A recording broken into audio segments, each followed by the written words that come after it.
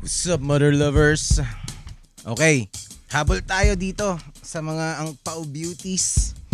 A few days ago, isang balita ang gumulantang tungkol kay Rian Ramos, Michelle D at sa driver ni Rian Ramos. At ngayon ay kasama pa pala ang isang beauty queen na si Samantha Panlilio. Okay. Nung unang hindi ko masyadong, nung bagong labas to, parang kala ko regular showbiz chika lang di ba? So, pero nung kagabi ko lang siya pinakinggan. Tapos naisip ko ba, napakarami pa lang mga, mga kahindik-hindik na detalye ang kwento na ito, di ba? So, of course, eto, napaka-high profile nito. This is about as high profile celebrity news as far as I'm concerned. Okay? Kasi itong si Michelle D, of course, sumali siya. She was almost Miss Universe. 'Di ba? So that's one. Big deal na yun. Si Rian Ramos is one of the a very popular actress. Matagal na rin siya, 2000s pa lang, sikat na siya. And she has a very popular show going on right now, yung Encantadia, di ba? And si Samantha Panlilio, hindi ko kilala. Pero itong si Michelle D, aside from that, Michelle D is the heiress of China Bank, di ba? Descendant siya, baka sinasabi nila high-res daw siya. Ibig sabihin siya yung tagapagmana ng China Bank.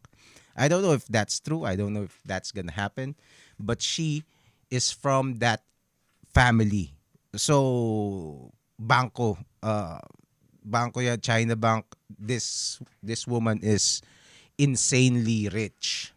Okay? So, eto, ngunit walang sapat na pera at kayamanan ang maggagarantiya na hindi ka gagawa ng kabalbalan sa buhay mo. If there's one thing na merong na sasabihin itong story na to. Okay? So, a few days ago, lumabas yung balita na itong si driver na si alias Totoy. 'Di ba? Alias Totoy. Ano ba naman 'yan? 'Di ba? Ang labo nung alias niya 'di ba? Parang Ikaw ba kung let's say magiging witness ka sa parang katulad niyan, 'di ba? Tapos kailangan mo ng alias. Pipiliin mo ba yung alias na Totoy, 'di ba? Dapat medyo maangas-angas. Wala bang mas maangas-angas na alias? Bakit naman Totoy? Pero, well, come to think of it, binugbog nga siya nung 3 chicks Di malamang, hindi ka na pwedeng hindi ka na pwedeng mag-alias ng maangas. Hindi ka na pwedeng maging John Wick. hindi ka na pwedeng maging ewan ko, sino bang maangas? Hindi ka na pwedeng maging Manny Pacquiao, 'di ba? So, either way, etong si alias Totoy ay dumulog sa VACC, Volunteers Against Crime and Corruption. Okay, so Volunteers Against Crime and Corruption. Hindi ko alam kung NGO ba yan, pero tumutulong sila sa mga biktima ng krimen na lalo na katulad nito. Paano mo naman lalabanan yung descendant high-res ng China Bank? Driver ka lang. Hindi sa sa mga driver, 'di ba? Pero malayo yung discrepancy. So, it's doon siya dumulog kasi isa pa, may problema na siya doon sa mga police kasi sabi niya according to his affidavit, parang na rin siya na torture, na kasama yung mga police sa tumorture sa kanya. So, medyo wala na siyang tiwala sa mga police. Kaya dito siya sa NGO pumunta. So, ngayon, nagsimula itong lahat sa isang angpaw. 'Di ba? Kaya naging angpaw beauties. Mula sa Miss Universe naging angpaw beauty. Si Michelle D, ano ba 'yan? Napakatindi ng talon, 'di ba? Kasing tindi ng pagtalon mula sa 39th floor hanggang sa 25th floor. Katulad na parang siyang si Spider-Man, itong driver ni Rian Ramos, di ba?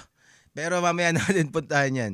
So, nagsimula ang lahat sa isang angpaw na naglalaman ng kahindik-hindik na mga larawan.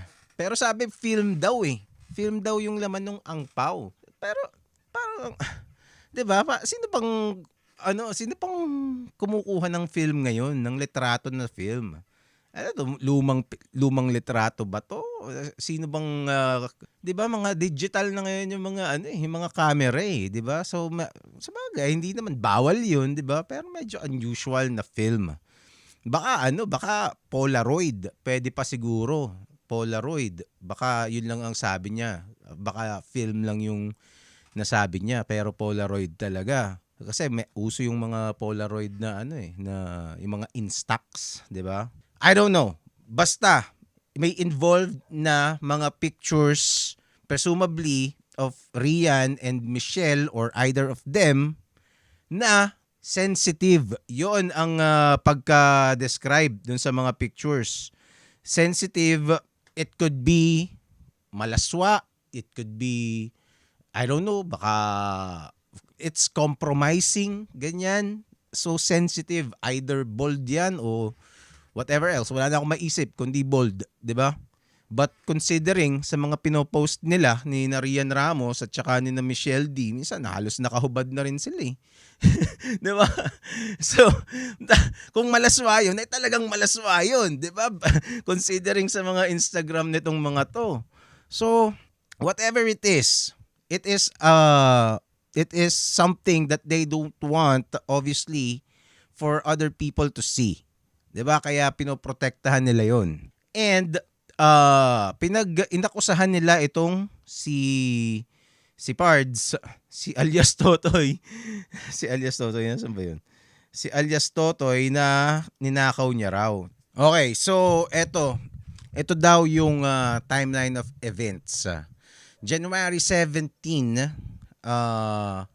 yun yung sinasabi ni alias Totoy na inumpisahan siyang gulpihin nitong si Rian Ramos daw at ni Michelle D at nung dalawang bodyguards, 'di ba? Well, in fairness, kasama naman yung dalawang bodyguards.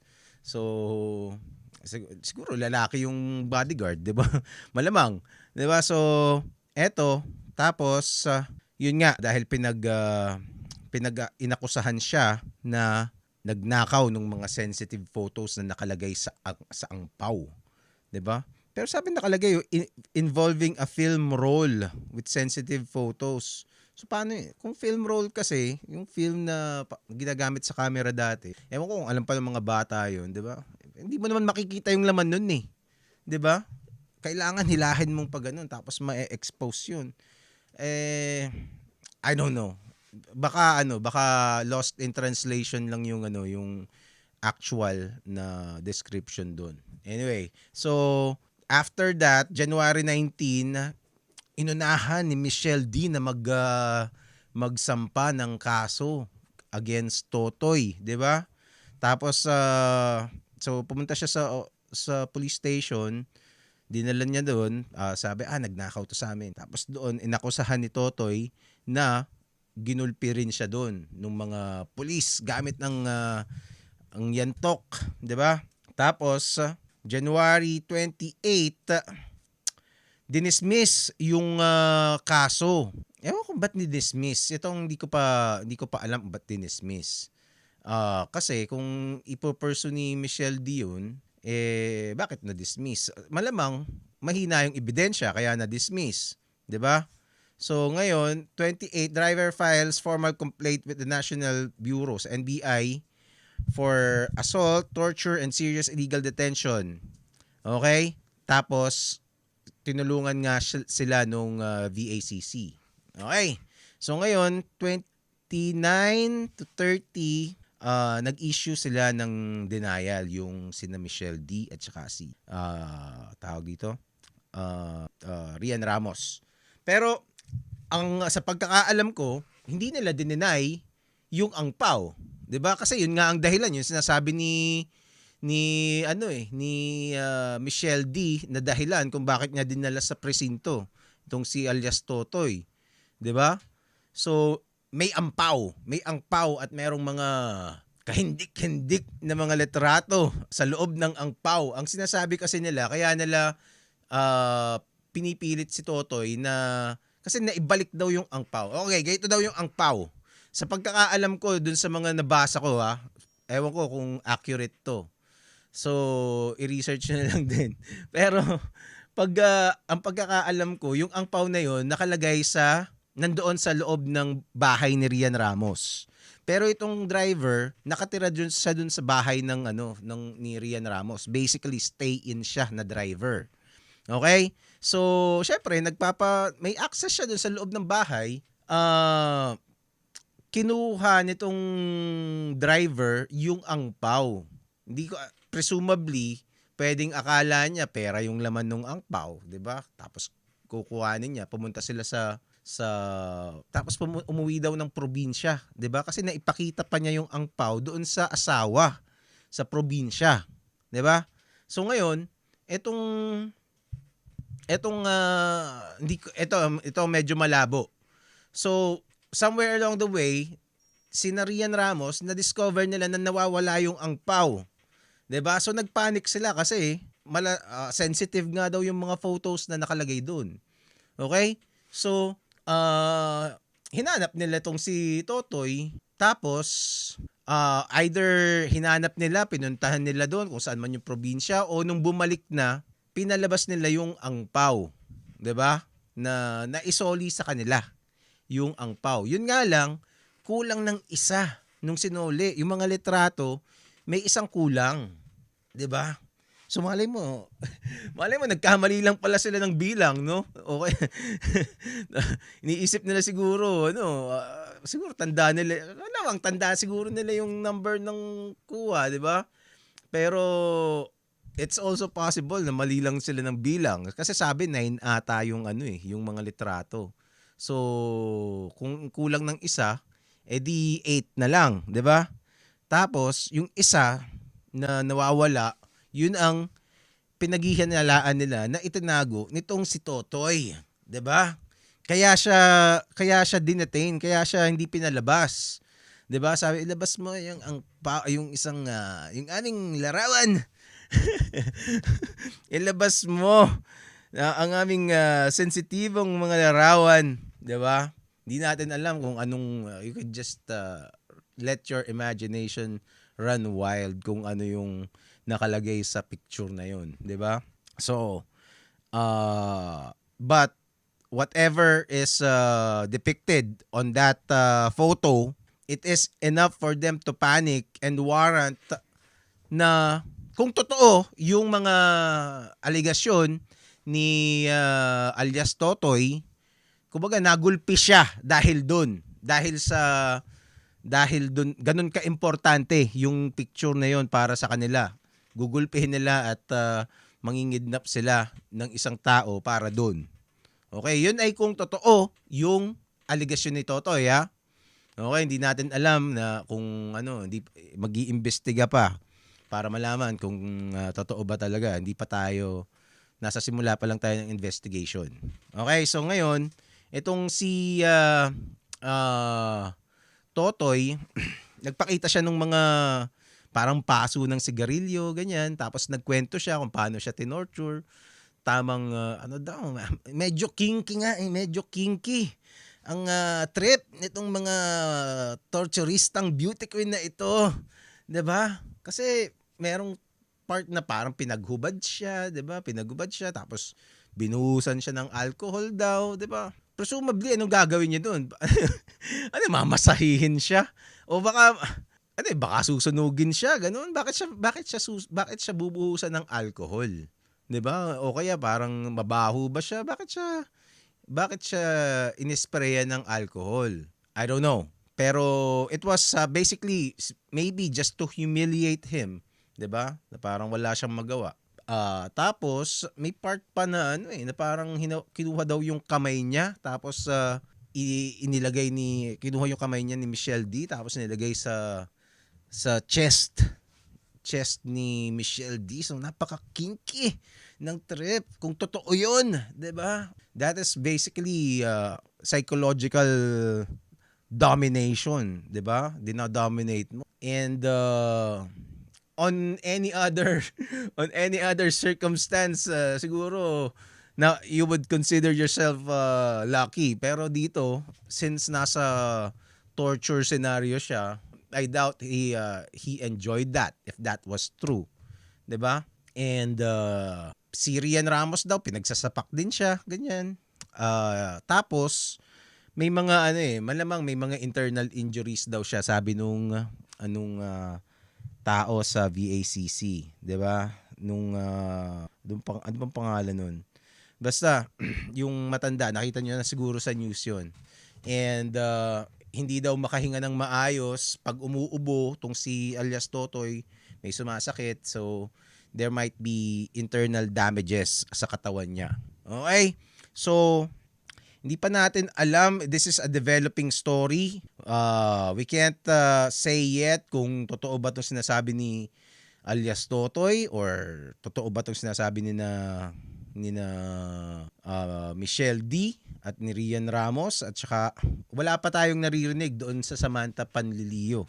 Hindi ko alam kung may nasabi na siya by the time na nagre-record ako, pero parang wala pa. Pero doon sa isang weird na detail ng kwento kasi nitong si alias Totoy, yung tumalon daw siya kasi parang naririnig niya na yung dalawang bodyguard papatayin siya, ganun.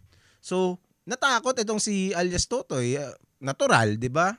So naisip niya tumalon siya dun sa bintana nung condo. Yung condo nila nasa 39th floor. So ang description lang is a posh high-end na condo sa Makati. Tapos 39th floor. Tumalon si alias Totoy dun. Tapos for some reason, kung ano mang nangyari, meron daw siyang nakapitan na lubid. Well, actually, nung tumalon siya, sa pagkaintindi ko lang, ang intention na talaga ay magpakamatay na, 'di ba? Pero habang nahuhulog siya, may nakita siyang lubid, ganun. Tapos parang nangyari, parang nag-Spider-Man siya, nakahawak siya dun sa lupid, tapos napadpad siya dun sa 25th floor. Merong siguro may balcony doon, tapos bumagsak siya doon sa may, sabi niya sa may kitchen pa daw. So, para siyang si Spider-Man, bumagsak siya doon sa 25th floor. Kung 25th floor yun, from 39th floor, di 14 floors yun. Napakataas nun. 'Di ba? So, saan ang maganda siguro dapat pangalanan nila kung ano yung kung ano ba tong condo na to. Para masilip mo, may mga kable-kable ba doon? May mga ropes ba doon talaga? Ano bang condo to? 'Di ba? Kasi ang weird nun eh. Ano ba tong si Toto? Hindi nga siya makalaban doon sa mga doon sa mga babae 'di ba? Tapos kaya niya ganun siya kalakas. Kasi you're gonna need exceptional grip strength para makasabit ka sa isang rope coming from a free fall from that high. 'Di ba? Ganun kataas, 'di ba? 39 mga 14 floors ang pagitan. Tapos subukan nyo. Subukan nyo doon sa playground, 'di ba? Tumalon ka. Tapos subukan mo kung makakakapit ka doon sa mga monkey bars doon, 'di ba? Mahirap 'yun. So, it's an incredible physical feat kung totoong nangyari 'yon. But then again, it may be just adrenaline, 'di ba, kicking in. Mukhang fit naman tong si Totoy, although 40 years old na rin siya, ha. So hindi na siya bata. And I don't know. Kasi pag nag-imagine ako ng itsura ng condo, wala namang mga nakalambitin na na mga kable dun 'di ba? Wala mga ropes. Lalo na kung posh na condo, 'di ba? Yung mga sosyal. 'Di ba? Sana kung gusgusin na condo 'yan. 'Di ba? Bakit may mga ropes diyan? So maganda dapat siguro just for of course parang they try to make it private, 'di ba? Pero since this has become a national issue, Eto, assignment sa mga internet sleuths o kaya sa media, 'di ba? Mga vlogger na malapit dun sa kung alam nyo kung saan nakatira si Rian Ramos, videoan nyo kaya, picturean nyo kung ano yung itsura nung gilid nung kondo na yun, 'di ba? Para malaman mo na tapos bilangin mo 1 2 3 4 hanggang sa 39th floor. Andun hanggang doon siya tumalon tapos umagsak siya sa 25th floor. Tapos may mga tali ba doon na pwede siyang hawakan o kung ano man. Mukha bang mabubuhay ka pag tumalon ka doon? 'Di ba? Would it be physically possible? Kasi unang tingin mo pa lang makikita mo na kung pag tumalon ka doon, kung pag tumalon ka doon, pwede may pag-asa kang mapadpad doon sa 25th floor ng buhay. O kasi parang it would take great let's say tumalon ka na dun sa bintana tapos you're already in free fall from the 39th floor, 'di ba mag-freak out ka nun napakatindi mong lodi. Kung meron ka pa ring presence of mind na puta ina may tali dito, kakapit ako sa tali tapos tatarsan ako dun. You could just imagine the rope burn. Dapat may rope burn siya kung ganun ang nangyari, 'di ba? May ganun ba itong si alias Totoy? 'Di ba? Kasi sabi niya tumalon siya eh. Hindi naman niya sinabing bumaba siya na may hagdan na kumapit siya dun para siyang si Spider-Man na kumapit-kapit siya sa mga bintana or what. Ang sabi niya tumalon siya, 'di ba? So, it's an incredible detail na kailangan maging maliwanag and it's gonna be easily illustrated kung makikita natin yung picture nung building, 'di ba? Posible ba 'yon? Kasi pag pumunta ka sa Makati, mga building doon wala namang mga kable-kable eh. Ano bang building 'to, 'di ba? So, kung malapit ka sa area nun, gusto mong mag-viral, alam mo kung saan ang kondo ni Rian Ramos. Picturean mo 'yon. Sigurado may mga mag-a-analyze niyan, magva-viral ka. Okay? But for now, I suppose yun pa lang yung mga detalye na available sa publiko. Seems like totoo yung ang PAW kasi yun ang claim ni dun sa police report ni Michelle D. But I think medyo di ko alam kasi sinabi nila nagnakaw itong si alias Totoy. And I don't know, I just think kung totoo na binugbog nila, it's a very obviously a wrong choice, 'di ba? Hindi maganda na basically mangidnap ka tapos gulpin mo yung isang tao. But considering the resources they have, it's still a stupid decision, 'di ba? Kung totoo 'yon kung totoo lang kasi ang dami-dami kung gusto mong let's say kung ako 'yon kasing yaman ko si Michelle D. Tapos meron akong gustong ilabas niya doon sa na itinatago niya tapos ako parang kumbinsido ako na siya yung nagtago talaga, siya yung kumuha. Eh di sasabihin ko kung ganun ka importante sa akin o bibigyan kita ng 100,000 hanggang sabihin natin 1,000,000 kung ganun talaga ka-importante. Kung driver ka, malamang ibigay mo na 'di ba? Kasi kesa tapos walang mangyayari, umalis ka na lang. Parang ganun mangyayari. Or maybe they tried doing that pero itong driver nagmatigas wala talaga sa kanya. So kung by the time na sasabihin niyang inofferan mo na siya ng 1,000,000 tapos sabi niya pa rin wala talaga sa kanya, malamang wala nga sa kanya, 'di ba? So wag mo nang bugbugin. Hanapin mo na lang kung nasaan man 'yun. At least that's how I would think, 'di ba? Kasi I don't know. Sabi niya lasing daw si Rian Ramos nung binubugbog siya. According to him. So ngayon parang nagfa-file din yata sila ng libel doon sa driver kay alias Totoy. 'Di ba? Tong si Rian at saka si Michelle D at saka si Rian. Ito, potential countersuits. Rian Ramos considering libel and perjury. Okay. So, 'yun. I don't know kung totoo 'yan. I don't know, maybe influenced by power kasi you could just imagine what kind of yung kasing mga yung buhay ng mga mayaman talaga. Yung ibang most Filipinos kasi usually ang idea ng mayaman is just merong kotse, merong maganda yung cellphone, magandang manamit, 'di ba?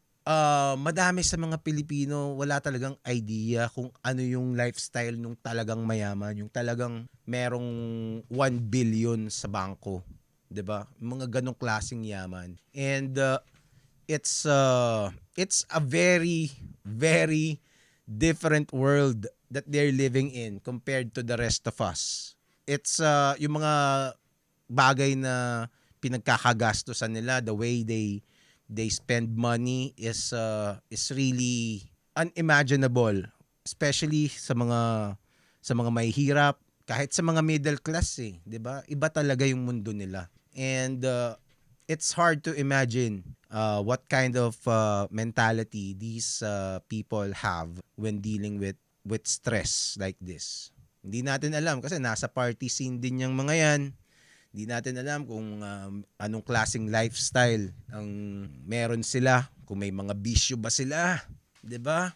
We will never know for sure. But yung lifestyle na yun kasi comes with a lot of these extra baggages. Kasi pinopost naman nila They like partying, 'di ba? They like mingling with different people na katulad nun sa party lifestyle sa club. But it is what it is. And developing story to. Let's see what happens. Pero if you ask me, tingin ko baka next week wala na to. I think aaregluhin na lang to, 'di ba? And he will just be ask, name your price. Probably, 'di ba? I don't think it will benefit especially Rian Ramos and Michelle D to go through with this. I don't know kasi yung damage pa lang sa pangalan nila, 'di ba? Matindi na 'yun what more, madadagdagan pa 'yun pag umandar pa tong kaso. So they're probably gonna use their influence and money to make this stop as soon as possible. And I don't know, kung driver ka, 'di ba? Driver ka, mahirap ka, may pamilya ka, you're struggling. At least ganun ang impression ko dun kay alias Totoy. Malay mo, big time din pala to. Big time. Hindi natin alam kung anong klaseng driver yung mga driver ng mga mayayaman 'di ba? So, pero malamang he would also rather just take the money than to pursue justice. Okay? But that's gonna be sad, but it's a reality. And kung gawin man niya yun, I don't think anyone would really blame him. Yan! Paalam.